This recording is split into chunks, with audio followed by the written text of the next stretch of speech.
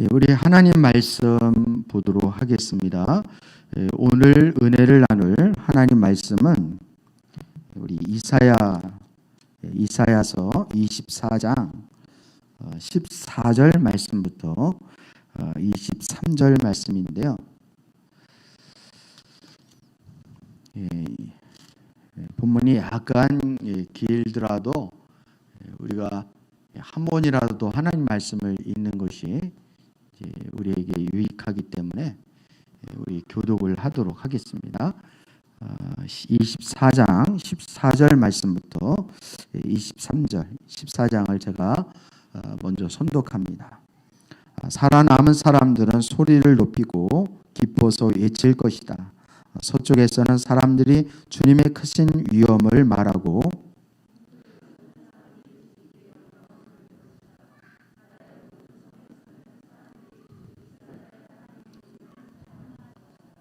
땅끝에서부터 노래하는 소리, 의로우신 분께 영광을 돌리세 하는 찬양을 우리가 들을 것이다. 그러나 갑자기 나는 절망에 사로잡혔다. 이런 변이 있나? 이런 변이 또 어디에 있단 말인가? 나에게 재앙이 닥쳤구나. 약탈자들이 약탈한다. 약탈자들이 마구 약탈한다.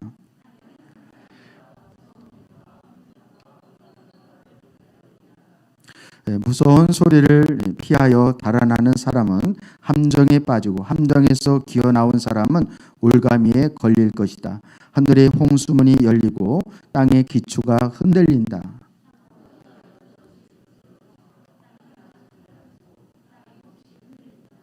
땅이 술 취한 자처럼 몹시 비틀거린다. 폭풍 속의 오두막처럼 흔들린다. 세상은 자기가 지은 죄의 무게에 짓눌릴 것이니 쓰러져서 다시는 일어나지 못할 것이다.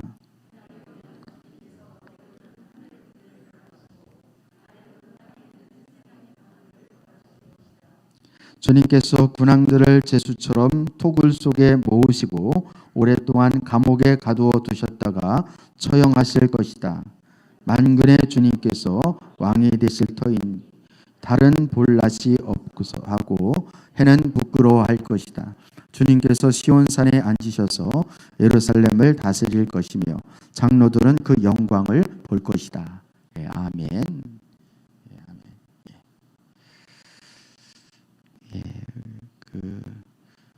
계속되어지는 장마로 인해서 많은 수해 피해를 보고 있고 또 어려움을 당하는 그런 분들이 많이 계십니다. 기도하실 때 꼭 수재민을 위해서도 기도해 주시고요. 또 주님 마음 가지고 또 이렇게 품을 수 있는 우리 모두가 되었으면 좋겠습니다. 여러분 우생마사란 말 아시죠? 우생마사.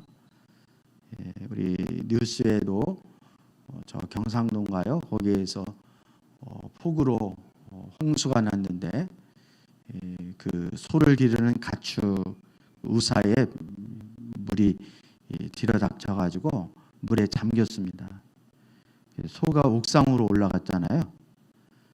그리고 그 한 마리는 80km나 떨어진 곳에서 그 물에 떠내려갔는데 80km나 되는 그에서 그 소를 발견했는데 그 소에 표시해 놓은 걸 보니까 그 80km 정도 내려와서 그렇다 이렇게.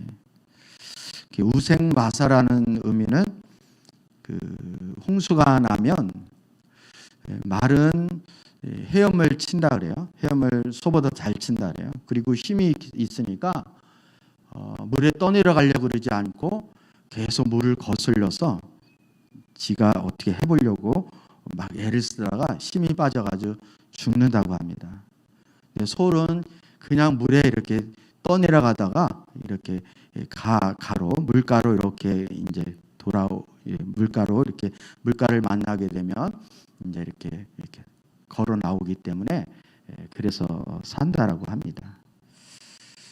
우리 홍수가 나는 이때면 우생마사라는 말이 더 우리 믿음의 사람들은 마음에 와닿는 것 같습니다. 우리 신앙생활도 똑같은 것 같아요. 여러분, 내 힘으로 내가 어떻게 해보려고 자꾸 발버둥을 치면 칠수록 우리 힘이 빠지죠. 근데 모든 것들 다 주님께 다 내어 맡기면 주님이 우리를 인도해 주실 줄 믿습니다. 선한 길로, 의의 길로, 진리의 길로, 생명의 길로 주님이 우리를 책임져 주시고 인도해 주심을 믿으시길 바랍니다. 오늘 본문 말씀은 땅에 임할 심판으로 세상의 노래가 그쳐지고 남은 자들이 부르는 새 노래가 울려 퍼지는 그런 장면이 오늘 말씀의 내용입니다. 그런데 16절 중반부에 보니까 갑자기 선지자가 하나님을 찬양하다가 갑자기 화들짝 놀라는 거예요. 그러면서 근심에 빠졌는데 선지자는 그 전에 하나님 앞에 온전히 다시 찬양의 노래를 부르기 전에 이 말 하나님의 혹독한 심판에 대하여 근심하고 있는 그런 내용이 오늘 본문의 내용입니다. 여러분, 이야기식으로 되어 있는 것도 아니고 스토리로 되어 있는 게 아니라 마치 시로 노래로 되어 있는 것 같아서 도대체 이 말씀이 뭘 얘기하려고 하는지 감이 잘 안 잡히시죠? 그러면 새벽기도 나오시면 제가 이렇게 새벽마다 강해를 해드립니다. 그래서 그 새벽기도 때 이렇게 계속 이렇게 말씀을 전해드리니까 여러분이 이게 죽인다는지 살린다는지 이 말씀이 도무지 무슨 말씀인지 모른다 이렇게 생각하시는 분들은 기도도 하시고 새벽기에 나오셔서 말씀을 들으면 좋겠습니다. 또 감사한 것이 우리 이렇게 우리 계속 큐티 말씀을 여러분 큐티 교재를 많이 인용을 하시잖아요. 큐티를 보고 내용 파악을 이렇게 하시는 그런 훈련을 꼭 하실 수 있기를 축복합니다. 그래서 코로나가 이렇게 있고 또 세상이 어수선하고 시끄러울수록 여러분 스스로가 자신의 믿음을 지킬 수 있는 그런 힘을 길러셔야 돼요. 아멘입니까? 우리가 종교적인 어떤 의식이나 형식에 그게 마치 신앙인 것처럼 그렇게 있다가 그리고 신앙을 우리의 믿음의 구원자 되시고 우리의 믿음의 시작이시고 완성자 되시는 우리의 믿음의 주가 되시고 그리스도 되시는 구원자 되시는 예수 그리스도를 의지해야 되는데 자꾸만 사람을 의지하는 거예요. 그러면 여러분 우리 신앙이 자라지가 않고 흔들리게 됩니다. 그래서 결국은 우리 신앙이 잘못됐는데도 불구하고 그게 전혀 잘못됐는지도 모르는 그런 시대가 지금 시대인 거예요. 그래서 지금은 영적인 부흥의 시기가 아니라 영적인 침체기 시기이기 때문에 우리가 더 깨어서 있어야 됩니다. 아멘이시죠? 그 목회자에게 너무 여러분이 그렇게 기대지 마세요. 저도 힘들어요. 제가 여러분이 제 인격을 보고 우리 사랑교회 나왔겠습니까? 아니면 제 외모를 보고 나왔겠어요? 제가 여러분보다 인격적으로나 세상적으로 뭘 특별히 많이 배웠겠습니까? 인격적으로 훌륭합니까? 저는 아무것도 아니에요. 저는 그냥 하나님의 심부름꾼이고 하나님 말씀을 전하는 전달자일 뿐인 거예요. 여러분이 저에게 주목하지 마시고 우리 주님에게 주목할 수 있기를 축복합니다. 괜히 제가 부담스러워요. 저는 여러분을 잘 섬기는 것으로 충분합니다. 충분해요. 제가 여러분이 신앙을 제 말의 핵심은 그거예요. 제가 여러분에게 여러분 사랑하지 않겠다라는 말도 아니고 사역을 등한시하겠다 이런 말도 아니고 여러분이 신앙의 초점을 사람에게 맞추지 말고 목회자에게 맞추지 말고 하나님에게 맞추라는 그 본질적인 말씀을 드리고 싶은 거예요. 그래야 여러분 영혼이 살아납니다. 아멘입니까? 이 마지막 때에 영적인 침체일수록 더더욱 그런 거예요. 그래서 오늘 이제 말씀을 나누면 같이 나누겠지만 여러분이 이 어려운 시기일 때일수록 더 정신을 차리고 깨어서 하나님을 열심히 찾을 수 있기를 주님의 이름으로 축복합니다. 주님의 이름으로 축복합니다.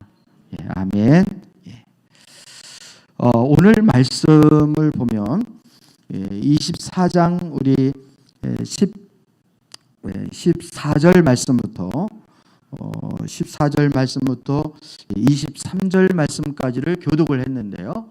14절 말씀부터는 하나님을 찬양하는 하나님께 영광을 돌리는 찬양의 노래를 하는 거예요.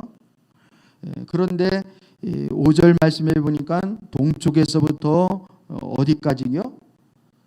그 14절에는 서쪽에서부터라고 말하고 15절에서는 동쪽에부터라고, 그리고 또 15절 중반에는 바다의 모든 섬에서, 그리고 16절에는 땅끝에부터 이렇게 되어 있죠. 이거를 종합적으로 얘기하면 쉽게 말하면 동서남북이라는 거예요. 이건 온 땅이라는 거죠. 온 땅. 그래서 여러분이 이제 잘 아신 바대로 그 1장부터 12장까지는 북이스라엘과 남유다에 대한 심판을 하나님 선포하셨어요. 그랬다가 13장에서부터 23장까지는 이스라엘의 주변 국가에 대한 하나님의 심판과 경고를 말씀을 하고 계시는 것입니다.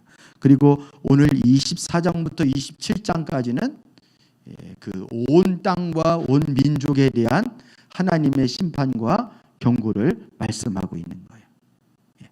근데 그 말씀을 하다가 오늘 24장 14절 말씀부터 16장 중반부까지 하나님의 노래를 하다가 갑자기 16장의 중반에 그러나 이렇게 되어 있죠. 노래를 16장에 땅끝에부터 노래하는 노래하는 소리, 의로운 분께 영광을 돌리세 하는 찬양을 우리가 들을 것이다 이렇게 했다가 바로 그 다음에 그러나 이렇게 되어 있죠. 그러나 갑자기 나는 절망에 사로잡혔다 이렇게. 그러면 이 선지자가 왜 갑자기 절망에 사로잡혔는가? 이런 변이 있나? 이런 변이 또 어디에 있단 말인가? 나에게 재앙이 닥쳤구나 라고 하면서 지금 급 당황하고 있는 거죠. 왜 그러냐? 이거는 하나님이 다시 회복하시고 부흥이 있기 전에 반드시 하나님의 온 유다와 온 땅에 미칠 그들이 맞이할 하나님의 환난과 심판을 이 선지자가 보았기 때문에 그런 거예요. 보았기 때문에 그런 거예요. 그 하나님은 오늘 새벽에도 말씀을 드렸듯이 우리가 이사야 지금 계속 보는 거는 어떤 희망적이고 위로적인 그런 말씀은 거의 없고 다 황폐하게 한다, 흔든다, 부순다, 뭐 칼에 뭐 찔린다, 뭐 이런 말씀만 계속 진행이 되는 거예요. 이사야 말씀 한 말씀만 이사야 말씀만 보더라도 그렇다는 거예요. 물론 구약 성경 전체를 보면 퍼센트로 말을 해도 하나님 심판과 경고가 많습니까? 아니면 위로와 축복이 더 많습니까? 많습니다. 아무튼 여러분 신명기를 보더라도 하나님의 축복에 대해서는 몇 장 안 나오는데 이 말씀을 너희가 지키지 않고 이 말씀을 행하지 않게 되어지면 이런 저주가 임할 거다라는 것은 또 길어요. 길어요. 하나님이 왜 이스라엘 백성들을, 하나님의 백성들을 사랑한다고 하면서도 왜 그렇게 모조리 그것도 유다와 이스라엘과 그리고 주변 국가 온 땅 온 민족에 대해서 그렇게 하나님이 심판하시는, 언제는 은혜를 주시고 언제는 축복을 해주시고 언제는 세우셨다가 언제는 무너뜨리는 이유가 어디에 있느냐라는 것입니다. 여러분, 우리 한국 교회만 하더라도 그래요. 우리 한국 교회가 이 땅에 들어오기까지가 얼마나 우여곡절이 많았는지를 잘 알고 계시죠? 수많은 우리 믿음의 그 선교사님들이 이 조선 땅에 와서 피를 흘리시고 땀을 흘리시고 눈물을 흘려서 저와 여러분이 지금 예수 믿게 되어진 거예요. 잘 모르겠으면 여러분 순교자 기념관에 한번 가보시고 아니면 저기 어디예요? 양화대교의 양화진 외국인 선교사 묘에 한번 가보시면 깜짝 놀랄 거야. 가보신 분은 알겠지만 이렇게 나는 나에게 복음 전해준 누구누구 엄마만 아는데 이렇게 복음 전하기 위해서 그것도 수많은 선교사님들이 정말 땀을 흘리시고 이 조선 땅에 피를 흘리고 순교를 했구나라는 것을 절실하게 여러분이 보시게 될 것이고 놀랄 것이라고 생각이 됩니다. 그래서 기독교가 이 땅에 정말 뿌리 내리기까지 얼마나 많은 사람들의 희생과 헌신이 따랐느냐는 거죠. 우리 믿음의 선진들만 하더라도 정말 이 삼각산에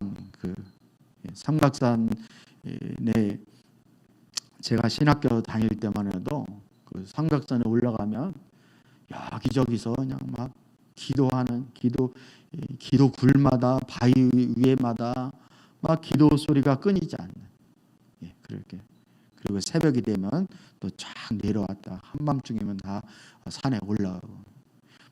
제가 생각할 때는 이런 나라는 거의 없었을 거야.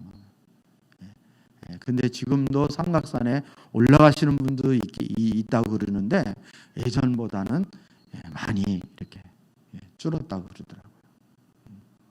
그럼 왜 한국 교회가 지금 침체기를 겪고 있느냐는 거예요. 매스컴에 나오면 교회에 단골 메뉴 꼭 교회에 나오고, 하나님이 모르시는 것도 아닌데 왜 하나님은 그냥 그거를 내버려 두실까라는 것입니다. 그리고 믿지 않는 자들이 믿는 성도들을 이렇게 손가락질하고 비난하고 조롱하는 이유가 어디 있느냐. 왜 한국 교회는 언제는 부흥을 했다가 지금은 왜 옛날의 부흥이 그리울 정도로 왜 쇠퇴하느냐 이겁니다. 지금은 하나님이 살아계시지 않는가? 하나님이 지금 우리의 처지와 형편을 모르고 계시는가? 그렇지 않다는 거죠. 왜 이런 현상이 일어나는가? 라는 부분을 여러분도 왕년에는 믿음 생활 그래도 첫사랑을 회복할 때는 뜨겁게 하셨죠. 근데 옛날에 그 신앙을 열정을 맛보았던 그런 성도님들은 옛날이 좋았다 이런 말씀들도 많이 하시리라 생각이 됩니다. 하나님은 왜 그럴까? 언제는 유다를 하나님이 사랑하셔서 젖과 꿀이 흐르는 땅으로 인도해 주시고 그 애굽 종되었던 곳에서 하나님이 인도해 주신 그러한 하나님이 정말 그 눈과 마음이 항상 그들 가운데 있겠다고 하나님이 말씀을 해주셨는데도 불구하고 왜 이스라엘과 남유다의 형편이 왜 이 지경까지 이르게 되었는가라는 것입니다. 하나님 정말 이스라엘을 버리신 건가요? 하나님이 지금 옛날에 하나님이 지금은 하나님이 아니신가? 이런 이제 의문이 들게 되는 것입니다. 여러분 그렇지만 오늘 중요한 것이 우리에게 있습니다. 중요한 말씀이 하나님은 세상을 사랑하셔서 독생자 예수 그리스도까지 내어주시는 그런 하나님이시지만, 그럼에도 불구하고 또 어쩌면 그렇기 때문에 하나님은 하나님의 구원을 철저히 이루시는 하나님이신 줄 믿습니다. 이 대목에서는 아멘을 하셔야 됩니다. 하나님은 하나님의 구원을 철저히 이루시는 하나님이십니다. 이게 무슨 말이냐면요. 오늘 본문 말씀의 내용도 그거예요. 여러분, 아까도 제가 설명을 드렸듯이 이제 14절 말씀부터 16절 말씀까지는 남은 자의 앞에서 이미 하나님이 심판을 하셨어요. 심판에 대해서 이미 또 말씀을 하셨거든요. 주님께서 땅을 벌하시겠다라고 하면서 저들이 하나님의 율법을 버리고, 그리고 하나님 명령을 거스리고 언약을 깨뜨렸기 때문에 땅이 저주를 받을 거라고 분명히 말씀하셨어요. 그랬다가 다시 14절부터 살아남은 사람들은 라고 시작하면서 그 중에도 뭐한 사람이 있었어요? 살아남은 사람이 있었다는 거예요. 그래서 살아남은 사람이 하나님께 찬양을 드리고 막 영광을 돌리다가 또 갑자기 또 분위기가 16절에서 확 뒤바뀐 거예요. 이렇게 다시 살아나고 회복이 있겠지만, 이전에 다시 살아나고 회복하기 전에 반드시 뭐가 선행되어진다? 하나님의 철저한 심판이 선행되어진다라는 것을 또 이사야가 또 반복해서 얘기하는 거예요. 지금 내용의 구성이 그렇게 되어져 있는 것입니다. 그래서 하나님의 심판은 17절 말씀 우리 다시 한번 읽어보겠습니다. 17절, 18절 두 절을 한번 읽어보겠습니다. 시작. 무서운 소리를 피하여 달아나는 사람은 함정에 빠지고, 함정에서 기어 나오는 사람은 올가미에 걸릴 것이다. 하늘의 홍수문이 열리고 땅의 기초가 흔들린다. 이렇게. 땅에 사는 사람들아, 이렇게 말했죠. 그러면 사람이 공중에 매달려 사나? 땅에 살지. 이 말은 그 말이 아니라 땅에 사는 사람들아 라는 말의 의미는 땅에 소망을 두는 자들아 라는 뜻이에요. 그러니까 앞에서 하나님 앞에 살아남은 사람이 하나님 앞에 찬양과 영광을 돌렸다 그랬잖아요. 이 사람들과 대비되는 사람들을 말하는 거예요. 그러니까 우리는 하나님을 의지하고 하나님만 소망하고 사는, 하늘에 소망을 두고 사는 사람이 아니라 땅에 사는 사람들아 라는 말의 의미는 땅에 온갖 소망을 두고 땅에 모든 것을 다 부활을 쌓아두고 땅에다가 뭐랄까요? 땅에다가 투자하는 사람들아, 이런 뜻입니다. 그러니까 그 모든 것들을 하나님이 18절 후반절에 보니까 땅에 뭐까지 흔든다 그래요? 기초가 흔들린다. 그래서 20절 말씀해 보니까 땅이 뭐한 것처럼 몹시 비틀거린다고요? 술 취한 것처럼 비틀거린다. 왜? 하나님이 흔드시니까. 저들이 하나님에게는 눈길을 두지도 않고 마음을 두지도 않고 하나님은 관심도 두지 않고 이 땅의 온갖 거에만 다 매달려 있기 때문에 그런 거예요. 즉 하나님을 떠나서 이 땅에만 소망을 두고 이 땅에만 모든 것을 쌓아두기 때문에 그렇다는 거예요.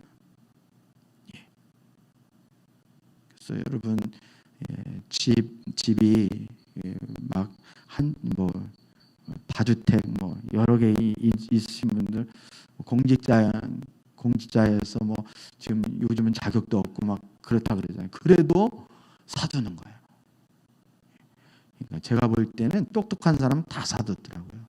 우리처럼 백 없고 돈 없고 능력도 없는 사람들이 못 샀지, 일 많은 사람, 똑똑한 사람들은 몇 채씩 다 사더라고요.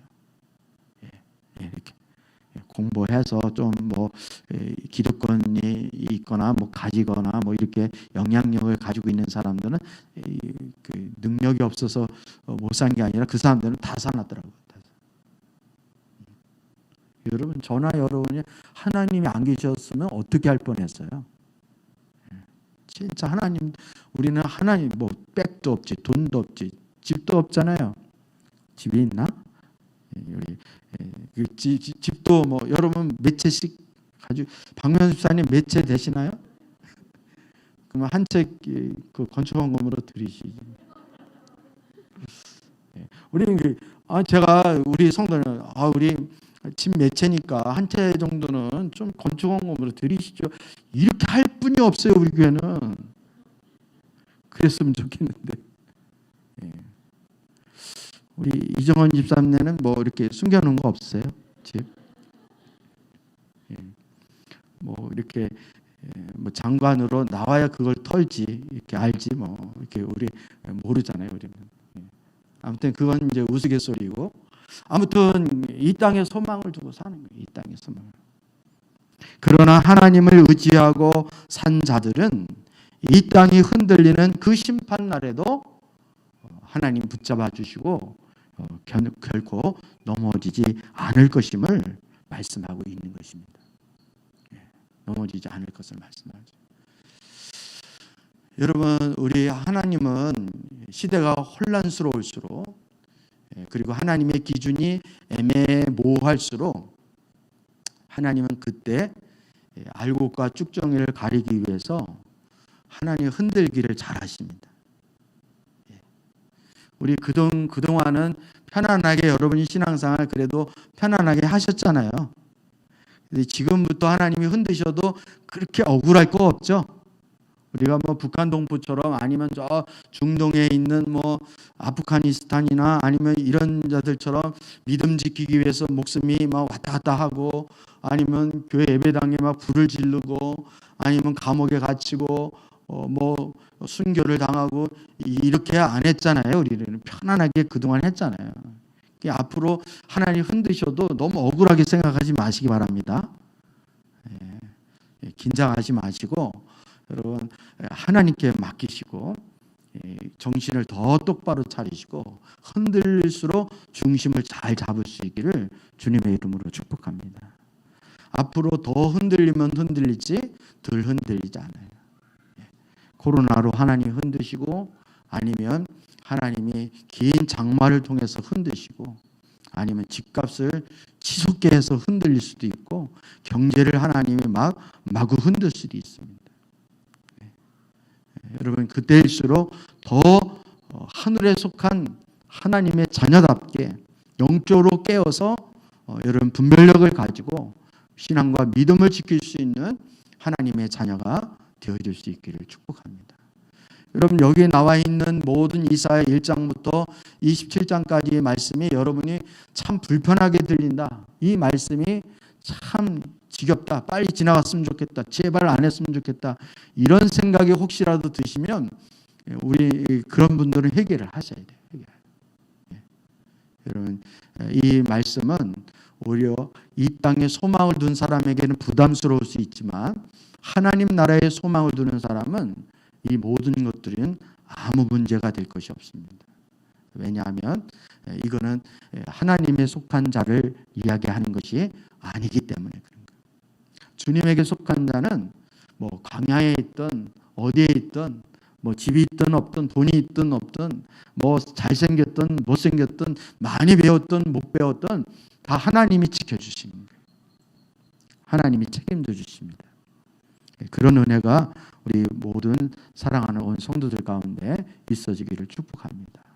이제 그러면서 이제 21절 말씀부터 21절, 그날이 오면 이렇게 되어 있죠. 그날이 오면. 그날이 오면 우리 한번 좀 읽어볼까요?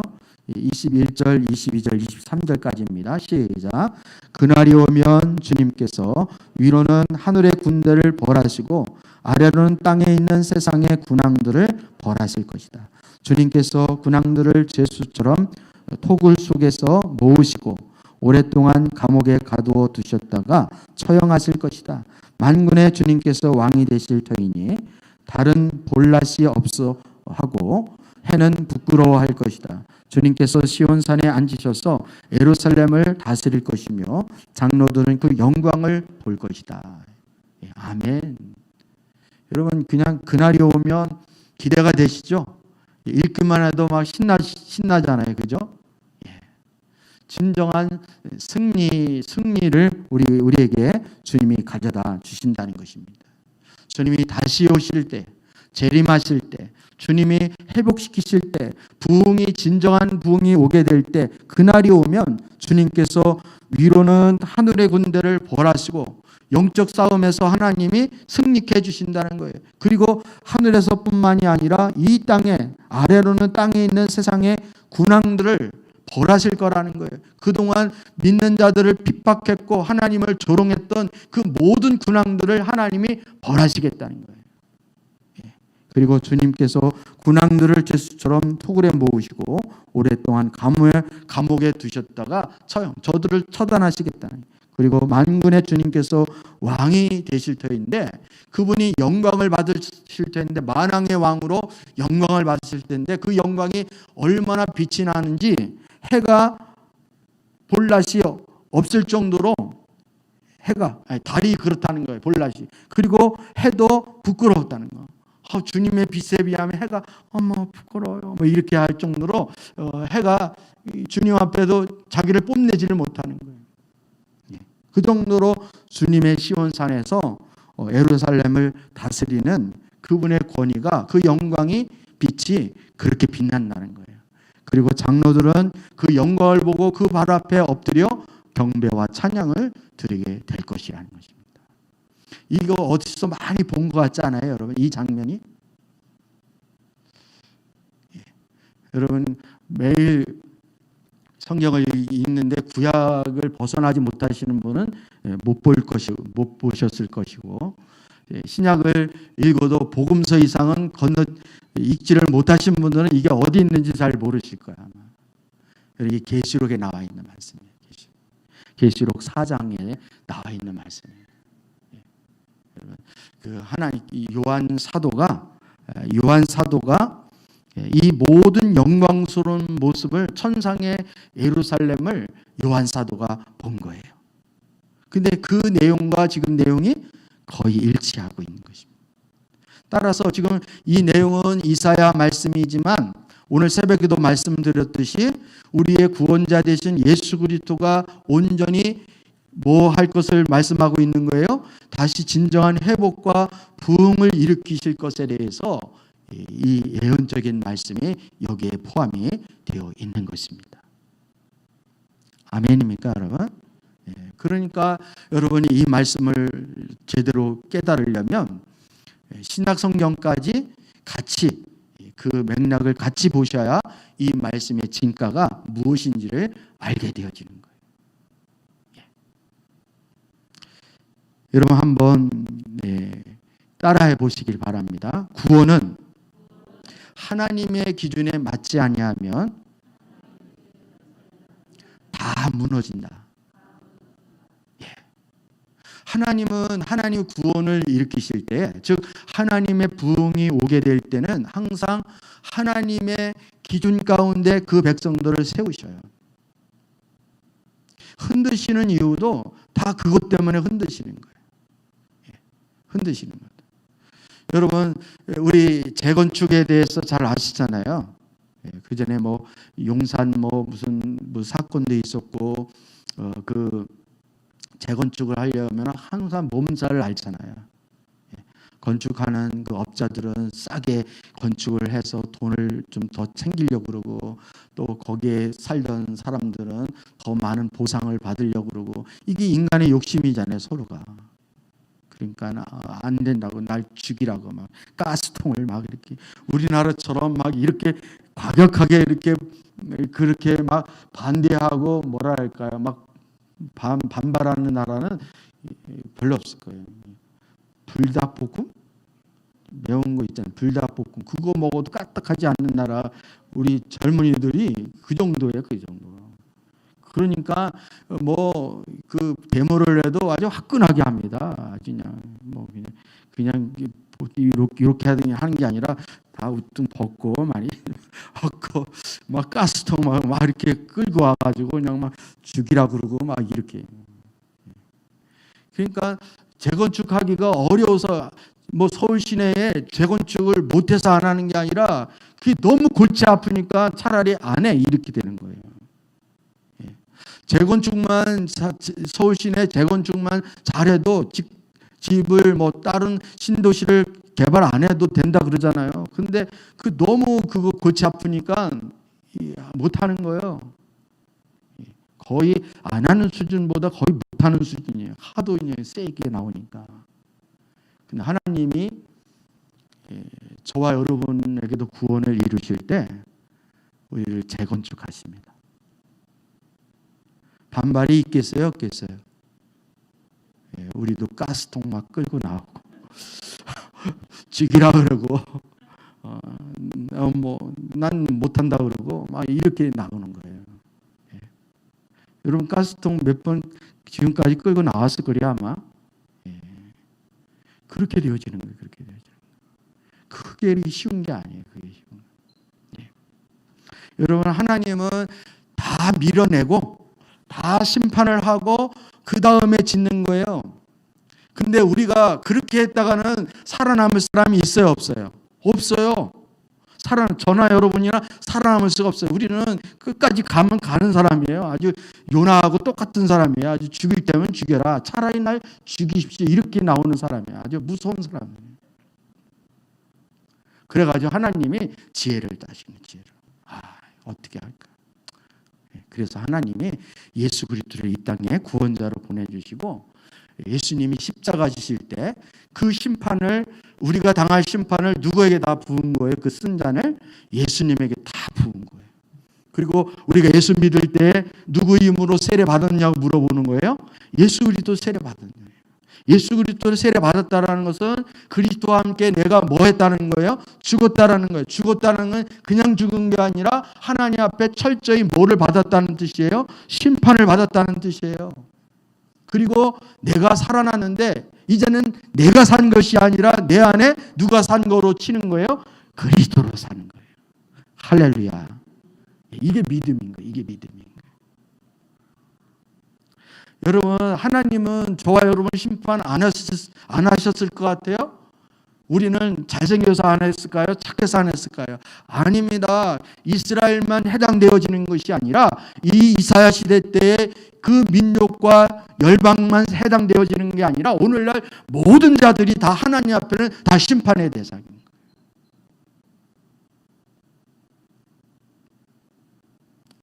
여러분 우리는 그래서 죽은 자는 뭐가 없어야 돼요?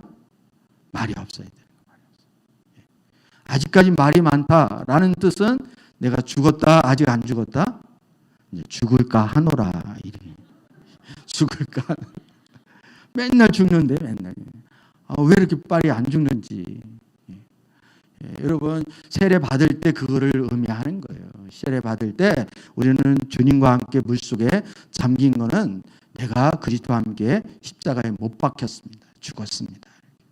그리고 다시 살아날 때 내가 산 것이 아니라 내 안에 그리스도께서 산 것입니다. 이렇게 되어지는 거예요. 여러분 따라서 우리는 하나님의 구원을 받으려면 하나님의 구원의 백성에 속하려면 우리는 철저히 주님의 구원의 기준에 맞춰야 되는 것입니다. 오히려 하나님 기준에 안 맞는 것들을 하나님 빨리 흔들어 주십시오. 이렇게. 그래서 에레미야 시대 때나 이사야 시대 때는 이스라엘 백성들이 이 제도적으로 이게 뭐 한두 가지를 바꿀 수 있는 이런 문제가 아니에요. 저와 여러분도 한두 가지 하나님이 이렇게 우리는 난 교회 와가지고 술 안 먹고 난 교회 와가지고 담배 안 피우고 나는 교회 오면서부터 뭐 내가 다른 종교를 믿거나 뭐 어떻게 절간에 가거나 아니면 점치거나 이런 거 안 했어요. 저는 예수 잘 믿었어요. 설령 그렇다 할지라도 하나님 앞에 몇 가지 의의가 가지고 됩니까? 안 됩니까? 안 됩니다. 구원은 하나님의 철저한 기준 가운데 있어야 돼요. 여러분이 99가지를 철저히 지켰다 하더라도 한 가지에 잘못된 죄가 있으면 우리는 심판을 받는 거예요. 그래서 하나님 앞에 어느 누구도 구원을 받을 자가 의롭다 할 자가 있다 없다? 없다는 거예요. 모든 사람이 죄를 범하였음에 하나님의 영광에 이르지 못하더니 라고 성경은 그렇게 말씀하고 있습니다. 따라서 우리는 누구 아니면요, 예수 그리스도의 십자가의 구원이 아니면, 그 십자가의 은총이 아니면 우리 어느 누구도 소망이 없는 자인 줄 믿으시길 바랍니다. 여러분이 복음으로 확실하게 눈을 뜨셔야, 그래야 우리의 영적인 현실이 인식이 되어지는 거예요. 그렇지 않으니까 자꾸만 내 생각이 깊어지고 내 생각이 많아지고 말이 많아지는 이유가 바로 여기에 있는 것입니다. 여러분, 한번 하나님 어떻게 흔드시는지를 한번 말씀을 통해서 확인을 했으면 좋겠습니다. 오늘 두 성경을, 두 곳을 좀 찾으려고 그러는데요. 여러분, 빨리 찾을 수 있으면 빨리 찾고, 아니면 이 프로젝트를 한번 보시면 되겠습니다. 먼저 히브리서 12장 25절 말씀부터 한번 보겠습니다. 히브리서 12장입니다. 12장 25절.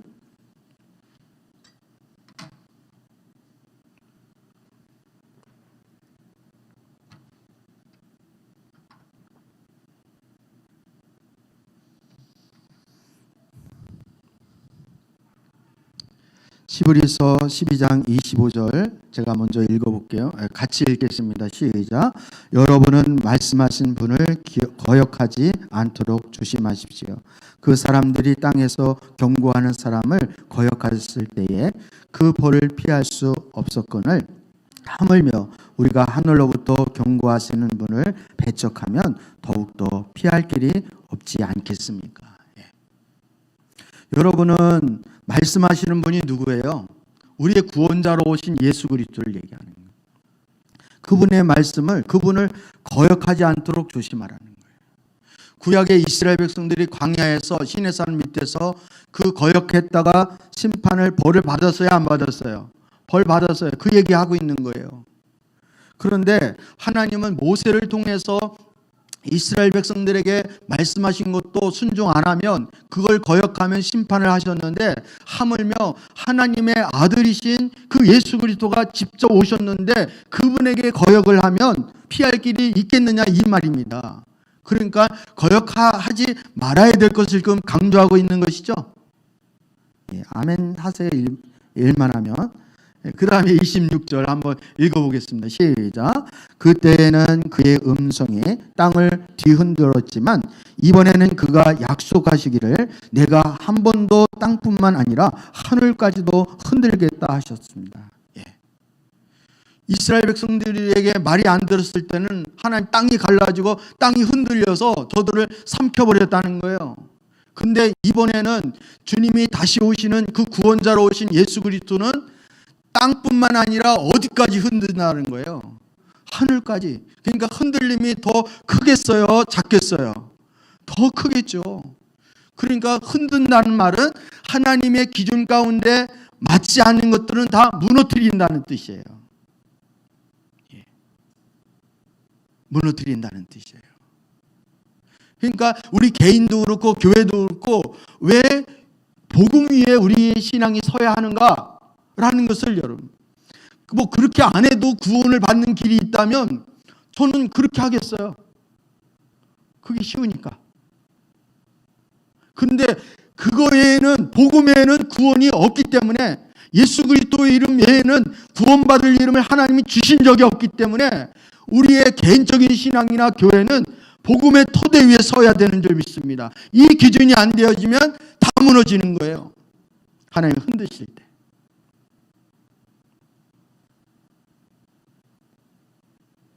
여러분 27절 한 번 더 읽겠습니다. 시작. 이 한 번 더라는 말을 흔들릴 것들을 곧 피조물들은 없애버리는 것을 뜻합니다. 그렇게 하는 것은 흔들리지 않은 것들이 남아있게 하려는 것입니다. 여러분 한 번 더라는 말, 한 번 더 흔든다는 거예요. 왜요? 왜 한 번 더 흔든다고 말합니까? 피조물들을 없애버리는 것을 뜻합니다. 즉 하나님의 기준에 맞지 않는 것, 그렇게 하는 것은 흔들리지 않는 것들이 남아있게 하려는 거예요. 흔들리는 것은 다 없애버리기 위해서, 흔들리지 않는 것을 남게 하시기 위해서 흔드는 거예요. 흔들지 않으면 뭐가 진짜인지 가짜인지가 모르니까. 여러분, 바람을 확 불어봐야 그게 쭉정인지 아닌지가 드러나는 거예요. 코로나를 확 줘봐야 진짜 믿음인지 아니면 종교적인 의식적인 형식적인 믿음인지가 드러난다는 뜻이에요. 28절, 그러므로 시작. 그러므로 우리는 흔들리지 않는 나라를 받았으니 감사를 드립시다. 그리하여 경건함과 두려움으로 하나님을 기뻐하도록 그를 섬기십시오. 29절, 우리 하나님은 태워 없애는 불이십니다. 이렇게. 여기는 불로 표현해요. 아까는 흔든다. 다 같은 용어입니다. 확 불어서 태워지는 것은 더 없애지는 거예요. 근데 하나님의 나라는, 우리 하나님 나라는 흔들린다, 안 흔들린다, 안 흔들린다. 그걸 감사하라는 거예요. 여러분, 초대교회 성도들도 하나님 흔드셨죠? 호되게 흔드셨습니다. 하나님. 그러니까 진짜 신앙인지 가짜 신앙인지 거기서 드러나는 거예요. 여러분, 우리 교회 너무 말씀은 뭐 길다 짧다 아니면 뭐 말씀이 너무 어렵다 힘들다 그런 투정 제발 버리지 마세요. 지금 그럴 때가 아니라고요. 그럴 때가. 부흥의 시기가 되어지면 뭐 우리가 그냥 분위기에 의해서도 우리가 자동적으로 기도가 저절로 되고요.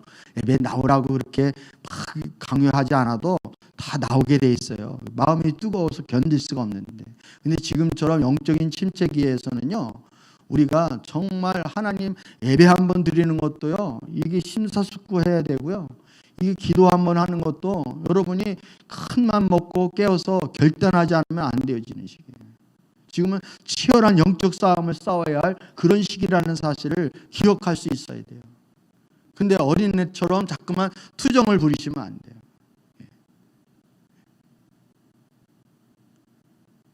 저는 여러분이, 제가 하나님 앞에 부르심을 받으면서부터 하나님 앞에 기도한 게 있어요. 하나님, 제가 사꾼 목자 되지 않기를 원합니다.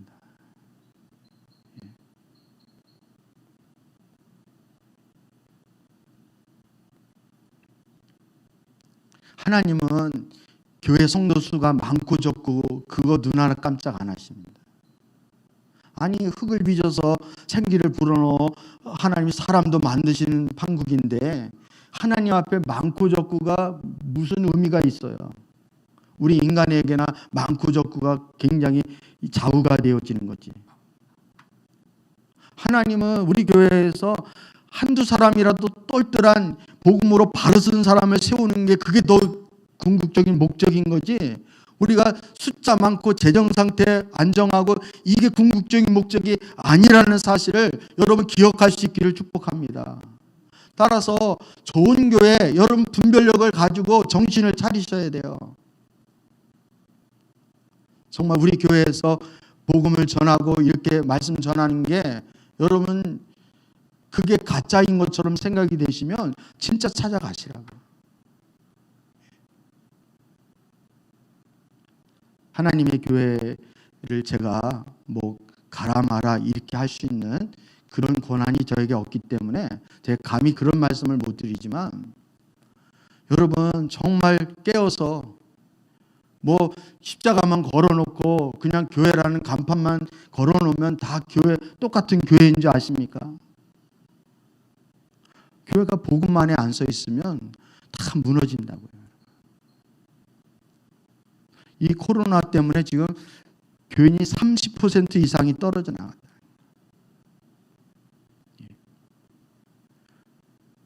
제가 여러 번 말씀드리지만 앞으로 교회가 더 급격하게 흔들리고 더 어려움이 오면 왔지 더 편안한 날이 오리라고는 여러분 아니란 생각을 갖지 않기를 주의 이름으로 축복합니다.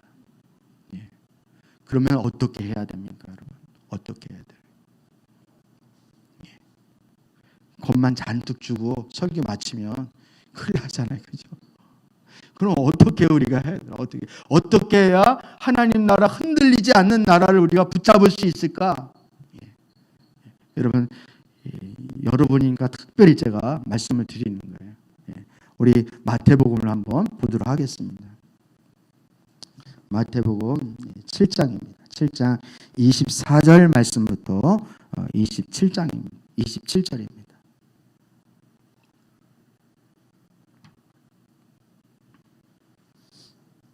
참고로 하나님이 마태복음 5장에서부터 지금 7장까지가 산상수훈이에요. 마태복음에서는 이 산상수훈이 마치 결안의 노른자와 같은 아주 핵심이라고 말씀을 드려도 과언이 아닙니다. 이 핵심적인 이 산상수훈의 말씀을 마태가 계속 반복적으로 이것을 계속 반복적으로 강조하고 있는데 이 산상수훈이 마태복음에서 말씀하려고 하는 핵심이 여기에 다 들어있어요. 근데 그 산상수훈의 결론이 바로 오늘 본문 말씀입니다. 그래서 여러분 7장 24절 말씀해 보니까 접속사가 뭐예요? 그러므로. 우리는 성경 읽을 때 그런즉 결국 우리 장로님 결국 이렇게 결국 아니면 그러므로 이건 중요해요, 안 중요해요? 굉장히 중요한 거예요. 우리 한번 읽어보겠습니다. 여러분 잘하는 건데 한번 쭉 읽으시면 무슨 말씀인지 금방 이해하실 거예요. 시작. 그러므로 내 말을 듣고 그대로 행하는 사람은 반석 위에다가 자기 집을 지은 슬기로운 사람과 같다고 할 것이다. 내가 내리고 홍수가 나고 바람이 불어서 그 집이 들어닥치지만 무너지지 않는다. 그 집은 반석 위에 세웠기 때문이다. 그러나 나의 이 말을 듣고서도 그대로 행하지 않는 사람은 모래 위에 자기 집을 짓는 어리석은 사람과 같다고 할 것이다. 비가 내리고 홍수가 나고 바람이 불어서 그 집에 들이닥치니 무너졌다. 그리고 그 무너짐이 엄청났다. 예수께서 이 말씀을 마치시니 우리가 그 가르침에 놀랐다. 여러분, 산상수훈의 결론이 뭐라고요? 그러므로 이렇게 우리 신앙은 마치 뭐를 짓는 자와 같다고요? 집을 짓는 것 같다는 거예요. 아까 흔들리지 않는 하나님 나라와 흔들리는 거하고 이게 같은 의미의 말씀입니다. 같은 의미. 따라서 우리가 누가 그러므로 뭐하는 사람이 반석 위에 집을 짓는 슬기로운 사람과 같다고요? 내 말을 듣고 그대로 행하는 사람. 앞에서 이제 이미 주여 주여 주님 주님 하는 사람이라고 해서 다 하늘나라에 들어가는 것이 아니다. 하늘에 계신 내 아버지 뜻대로 행하는 자라야 들어간다. 이렇게 말씀. 우리가 말로는 주여 주여 주여 주여를 누가 합니까? 안 믿는 이방 사람이 합니까? 아닙니다. 교회 다니는 사람이 하는 거예요. 교회는 다니면서 주여 주여 하는데 주여 주여라는 말은 그 입으로 예배를 드리고 찬양을 드리고 이거 다 한다는 거예요. 종교적인 의식은 다 한다는 거예요. 그런데 막상 살아가는 거는 누구 뜻대로 살아가요? 자기 뜻대로 살아가는 거예요. 심하게 말하면 자기 마음 내키는 대로 살아가는 거예요. 하나님 말씀은 그냥 듣는 이론에 지나지 않는 것이지 내 삶의 기준이 되거나 내 삶을 그 말씀이 나를 온전히 주장하거나 통치하지 않는 거예요. 그리고 온갖 아까 얘기했듯이 땅에다 모든 것 소망을 두고 사는 사람. 하나님에 대해서는 그냥 일주일에 한 번씩 종교 의식만 규칙적으로 행하면 그것이 믿음이라고 생각을 하는 거예요. 여러분 다 무너집니다. 다 흔들리는 거예요.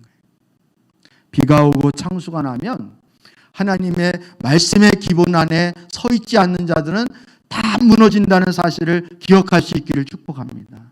하나님이 비바람을 하나님이 주시고 이 땅의 기초까지 흔드시고 마치 술 취한 것처럼 흔드시는 이유가 바로 하나님이 가짜인 것을 골라내기 위해서 흔드시는 거예요. 하나님의 나라에 속한 자는 남아있을 것이라고 아까 분명히 말씀하셨죠. 그것을 하나님이 드러내시기 위해서 그렇게 하시는 거예요. 그리고 하나님 다시 시작을 하시는 것입니다. 하나님 얼마든지 그렇게 하실 수 있는 분이에요.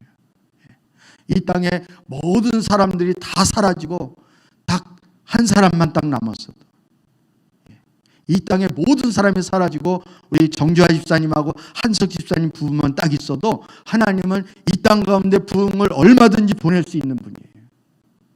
여러분, 하나님을 우습게 여기지 마시기 바랍니다. 하나님을, 여러분, 경외하는 마음을 하나님을 대하셔야 돼요. 하나님을 대하셔야 돼요.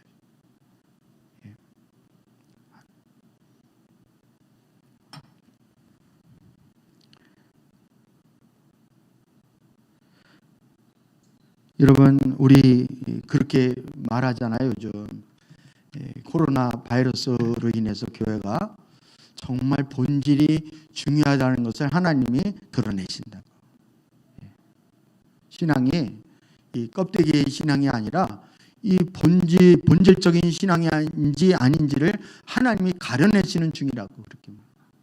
저도 그 말씀에 저도 동의를 합니다. 앞으로 한국 교회가 더 힘들어지면 힘들어졌지, 여러분 뭐 수적으로 막 늘어나고 아니면 그냥 뭐 이렇게 교회 뭐 기복적인 거 얘기한다고 사람들이 다 관심 가져서 뭐 몰려오고 이런, 지금 그런 시대가 아니에요. 그런 시대가 아니에요. 왜? 하나님이 지금 흔드는 시대이기 때문에 그렇습니다. 따라서 우리가 흔들수록, 마지막 때가 가까울수록 성경은 항상 뭐를 강조하고 있어요? 깨어 있으라, 이렇게 깨어 있으라, 이렇게. 정신을 차리고 깨어 있으라 이렇게 말하는 것처럼 여러분, 정신을 차리고 깨어 있을 수 있기를 주님의 이름으로 축복합니다. 그래서 우리 눈에, 아까 찬양 우리 부르는 것처럼 잘 내 눈에 안 보인다고, 내가 잘 느껴지지 않는다고 마치 하나님이 안 계신 것처럼 그렇게 치부하는 것이 아니라, 그럴 때일수록 하나님이 더 찾으셔서, 하나님이 안 보여지고 하나님이 잘 느껴지지 않는다면 여러분 표징이라도 구하여서 하나님을 찾을 수 있기를 주님의 이름으로 축복합니다. 그래서 나를 긍휼히 여겨달라고, 나를 불쌍히 여겨달라고, 주님께만 소망을 둔다고, 이렇게 여러분 주님의 은혜를 구하여 나아갈 수 있는 하나님의 자녀가 되어줄 수 있기를 축복합니다. 여러분 뭐 이 정도 하면 되겠지, 그냥 내 기준으로, 내 마음 생각으로 그렇게 기준을, 구원을 그렇게 여러분 정하지 않기를 축복합니다. 비느하스와 누구예요?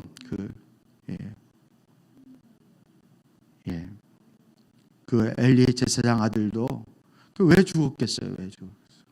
자기 딴에는 뭐 이 정도는 괜찮겠지 이렇게 생각을 한 거예요. 그거 누구 생각이에요? 자기 생각이 자기 기준인 거예요. 왜 자기 구원을 자기가 하는 것도 아닌데 왜 자기 기준, 자기 생각으로 그렇게 단정을 짓습니까? 아닌 거예요.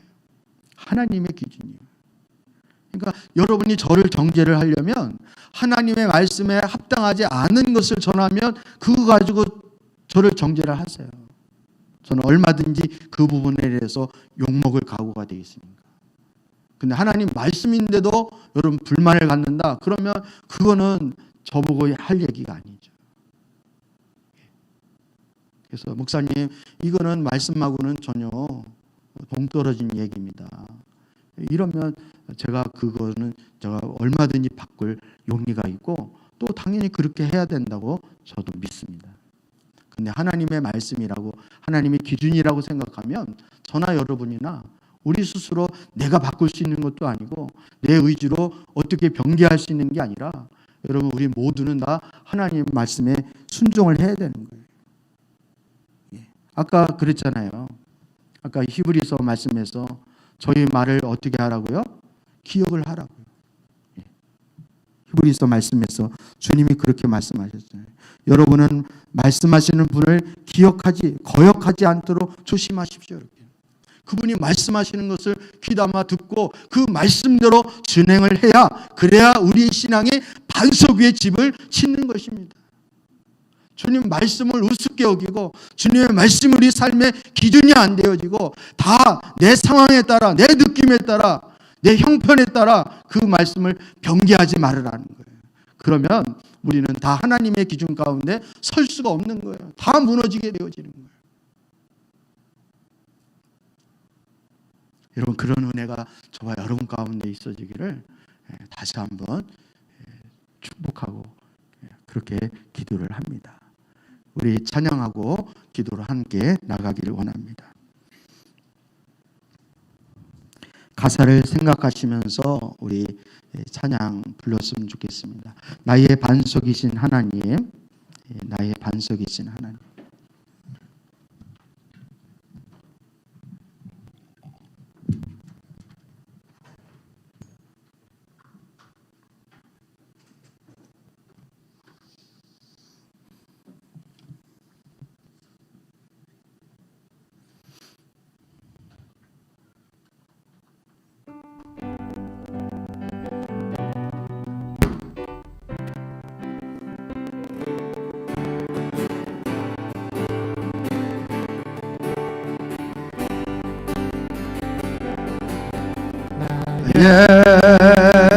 반석이신 하나님, 행하신 모든 것 완전하시니